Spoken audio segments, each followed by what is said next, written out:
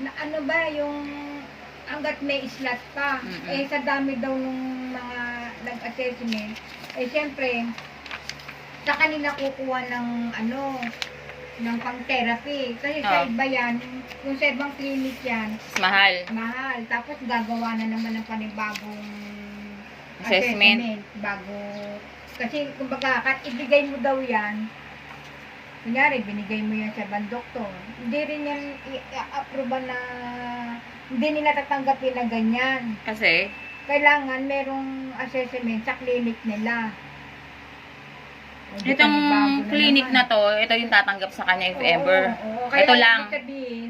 Oo. Eh kung may pera ka, kung marami kayong pera, pwede yan sa ibang pagawa. Pero hindi mas mahal daw, sabi ganun ng mga nakausap kong nanay. Kaya doon sila nagpapa-therapy.